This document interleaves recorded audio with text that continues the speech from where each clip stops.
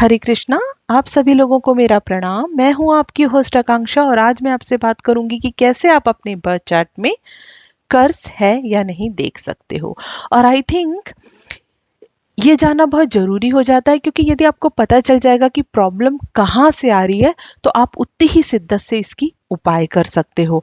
और साइकोलॉजिकली भी अगर ये पता चल जाए कि ये हमारा बर्थ चार्ट शो कर रहा है, मतलब ये हमारे ही कर्म है, तो इतना फ्रस्ट्रेशन भी नहीं आता है और लोगों को चीज़ों को एक्सेप्ट करना इजी हो जाता है। तो ये वीडियो जो है वो आपको हेल्प ही करेगा। तो सबसे पहले आप ये समझिए कि जब भी हम कोई कर्स देख रहे हैं चार्ट में, तो उसमें हमेशा एक वायु तत्व का प्लैनेट और एक अग्नि तत्व के प्लैनेट का इन्वॉल्वमेंट जरूरी होता है। मतलब सिर्फ दो वायु तत्व के प्लैनेट हो तो फिर वो कर्स नहीं होता, वो अफ्लिक्शन में होता है। तो सबसे पहले हम स्टेप बाय स्टेप चलेंगे। सबसे पहले हमें देखना है कि क्या कोई प्लैनेट, हाउस और साइन दो या दो से ज्यादा मैलेफिक प्लैनेट्स के प्रभाव में है क्या। प्रभाव में कब होते हैं? जब उनसे दृष्टि संबंध हो या वो उनके साथ युति करके बैठे। फिर सेकेंड स्टेप में जब हम कर्स को देख रहे हैं तब हमें ये भी देखना है, ये सब देखने के साथ साथ कि क्या हाउस, साइन या प्लैनेट जो है वो पापकत्री योग में है क्या। ठीक है। और तीसरा हमें ये देखना है कि क्या प्लैनेट जो है वो कंबस्ट है क्या, मतलब अस्त है क्या। तो ये सारी चीजें हम जब कर्स देखते हैं तब हमको देखना है। और यहाँ पर यदि मान लीजिए मेलिफिक प्लैनेट में हम यहाँ पर लेंगे मार्स, शनि और राहु को। ठीक है। तो यदि मार्स का इन्वॉल्वमेंट हो रहा है, हम कर्स देख रहे हैं और हमें लग रहा है कि मार्स से प्रभावित है हमारा प्लैनेट, साइन या हाउस, तो मार्स जो देगा वो एंगर देगा, violence, irritation, insult, injury, uncontrollable anger, ये सब मार्स देता है। अगर सैटर्न का इन्वॉल्वमेंट है तो ये इंडिकेट करता है कि नेग्लेक्ट, लॉस, सॉरो, ग्रीफ और डिप्रेशन जो है वो नेटिव फेस करेगा। राहु का इन्वॉल्वमेंट हो तो राहु शॉक, ट्रोमा और एग्जाइटी देता है।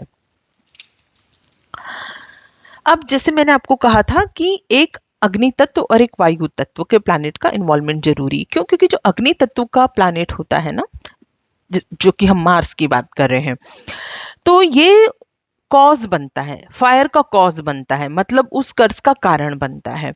और जो वायु तत्व के प्लैनेट होते हैं जैसे राहु और शनि, ये सफरिंग देखते हैं। अब आप लोग सोचेंगे कि क्या सन को लेना है क्या। देखिए, सूर्य को आपको तभी लेना है जब वो आपके चार्ट में फंक्शनल मैलिफिक प्लैनेट हो, अदरवाइज आपको सूर्य को इस कर्ज की डेफिनेशन में नहीं लेना है। आप देखें कि कोई भी आपका हाउस साइन जो है वो प्लैनेट मार्स राहु से प्रभावित है तो कर्स है, मार्स शनि से प्रभावित है तो कर्स है, लेकिन राहु शनि सिर्फ है तो वो सिर्फ अफ्लिक्शन में है। और सूर्य का तो मैंने आपको बता ही दिया। यदि सूर्य को हम इन्वॉल्व करते हैं, यदि वो हमारे चार्ट में फंक्शनल मैलिफिक है, तब हम उसको अग्नि तत्व का प्लैनेट मान के ही चलेंगे। अब ये तो एक हमने देख लिया। अब एक और मैं आपको अलग एक और बताती हूँ, एक ऐसे कर्ज के बारे में बताती हूँ जो कि शैडो की तरह काम करता है, मतलब हमको पता ही नहीं चलता। यदि हम एस्ट्रोलॉजी के बारे में नहीं जानते तो हमको पता ही नहीं चलता कि ये ब्लॉकेज क्यों आ रहे हैं, कि कमिंग अप होते हैं ब्लॉकेज, रीजन कुछ समझ में नहीं आता, सब कुछ अननोन रहता है।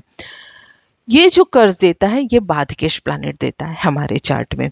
हरिहरा ने प्रश्न मार्ग में बाधकेश को बहुत डिटेल में अच्छे से समझाया है कि बाधकेश क्या क्या हमको दे सकता है। प्रेत बाधा, सर्प बाधा, पितृ बाधा, और जो ब्लैक मैजिक होता है वो इष्ट बाधा, दृष्टि बाधा, देवता बाधा, ये सब का जो कारण बनता है वो बाधकेश बनता है। और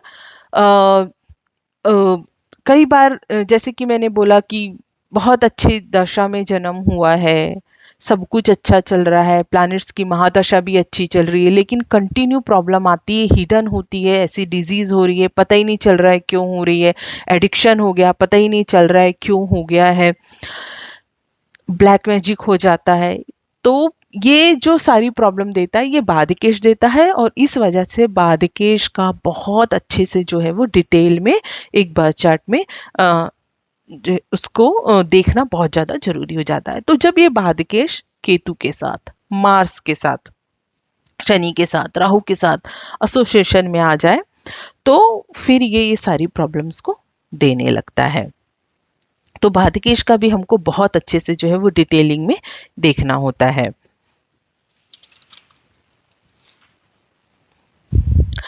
ये एक बहुत ब्रीफ वीडियो था कर्ज के बारे में। आई होप ये वीडियो आप लोगों को अच्छा लगा हो। मेरे साथ जुड़े रहने के लिए, ये वीडियो देखने के लिए आपको बहुत बहुत धन्यवाद। जय श्री राम।